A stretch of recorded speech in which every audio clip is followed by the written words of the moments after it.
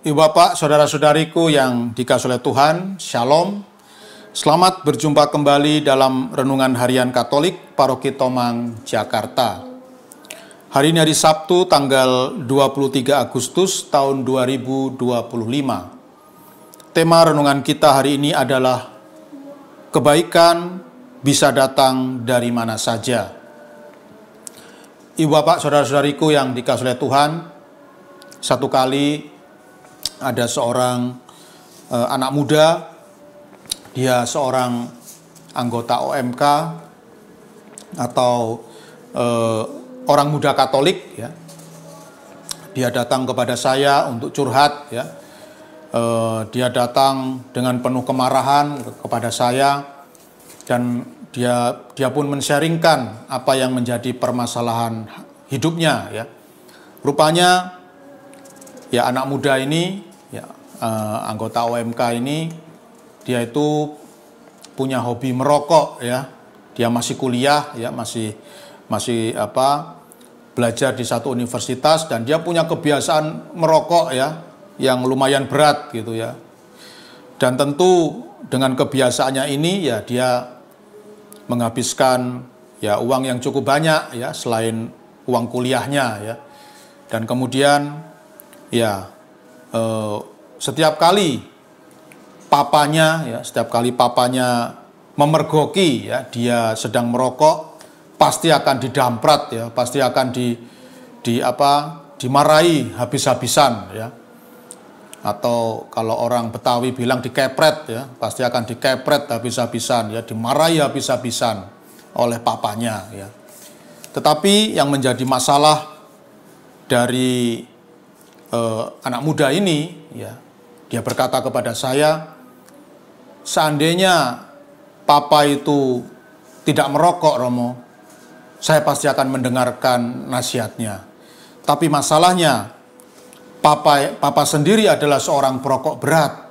Bagaimana saya bisa mentaati apa yang dia inginkan? Ya, bagaimana saya bisa menuruti apa yang dia perintahkan? Ya, Papa menyuruh saya berhenti merokok, sementara Papa sendiri adalah perokok berat. Ya, bahkan setiap hari dia bisa habis 3 bungkus rokok, ya, melebihi diri saya. Ya.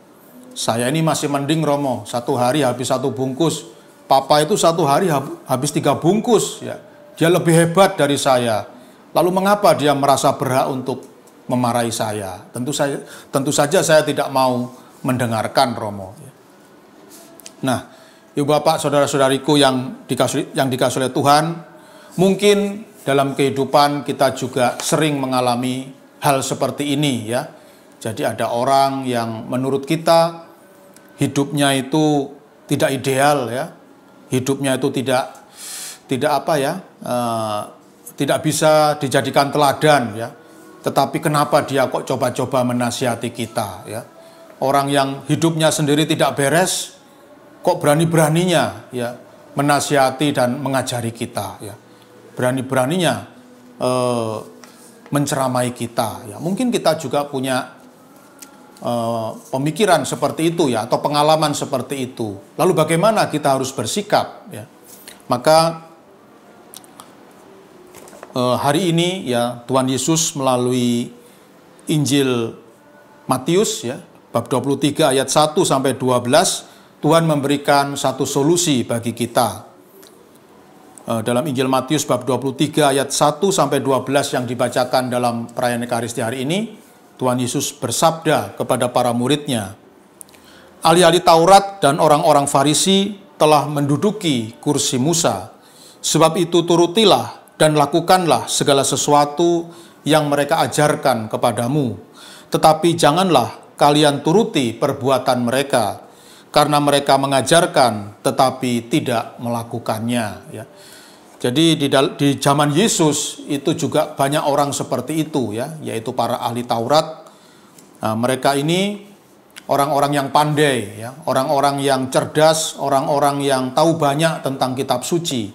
Maka karena pengetahuannya yang melebihi orang lain, ya, dalam bidang kitab suci, mereka diberi wewenang, ya, mereka memiliki wewenang untuk menduduki kursi Musa, ya, artinya mereka memiliki wewenang untuk mengajar, ya. Mereka memiliki hak, memiliki wewenang, memiliki kuasa untuk mengajar orang lain yang tidak terlalu mengerti tentang kitab suci, ya. Mereka memang pandai, mereka memang para ahli kitab suci, ya.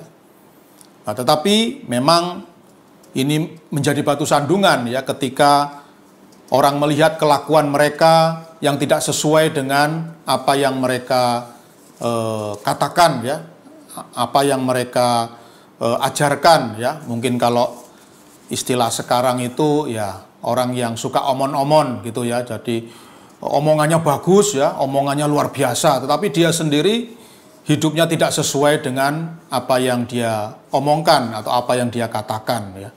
Dan ini tentu menjadi batu sandungan, ya. Bagaimana kita bisa menuruti kata-kata orang yang hidupnya juga tidak beres, ya, seperti itu.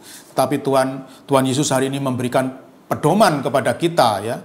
Tuhan Yesus bersabda kepada para muridnya, sepanjang apa yang dikatakan oleh para ahli, sepanjang apa yang dikatakan oleh para ahli Taurat itu baik, maka kalian harus mendengarkan dan menjalankannya, ya. Karena segala yang baik itu pasti berasal dari Tuhan, ya. Jadi sepanjang apa yang dikatakan oleh para ahli Taurat itu baik dan berguna, itu dengarkan dan jalankan, ya. Tetapi jangan perhatikan perbuatan mereka, ya. Kalau memang perbuatan mereka itu tidak sesuai dengan apa yang mereka katakan, tidak usah dihiraukan, ya, tidak usah diperhatikan. Yang penting apa yang mereka ajarkan yang baik itu tetap harus kalian jalankan, ya. Maka inilah solusi kita, Ibu Bapak, saudara-saudari yang dikasihi oleh Tuhan. Mungkin dalam kehidupan kita sering juga mengalami orang-orang seperti ini, ya. Banyak karyawan, banyak pegawai yang juga resah, ya, oleh pimpinannya, ya, oleh pimpinannya disuruh ini itu, dinasihati ini itu, tapi ternyata pimpinannya sendiri juga melakukan hal yang tidak baik, ya, melakukan hal yang dia mengajarkan segala sesuatu yang dia sendiri tidak melakukan. Nah, itu memang akan membuat diri kita resah, ya. Tetapi sekali lagi hari ini Tuhan Yesus mengajarkan kepada kita bahwa segala sesuatu yang baik itu pasti berasal dari Allah. Segala sesuatu yang baik dan berguna itu pasti berasal dari Tuhan, ya. Jadi seperti anak muda tadi, sebenarnya tidak masalah, ya, tidak masalah. Papanya yang suka merokok itu menasihati dia supaya berhenti merokok, karena memang berhenti merokok itu baik, ya.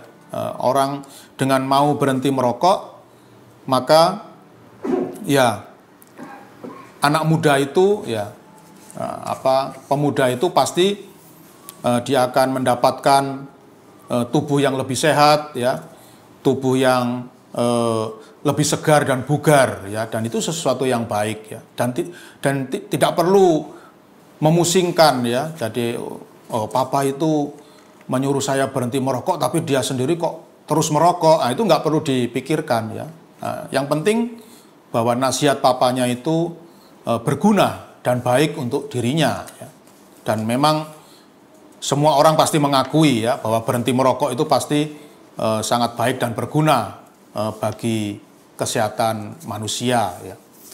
Maka Ibu Bapak, saudara-saudariku yang dikasihi oleh Tuhan, marilah kebaikan itu bisa datang dari mana saja, ya. Kebaikan itu bisa datang dari orang yang ideal, ya, orang yang baik, orang yang bisa menjadi suri tauladan.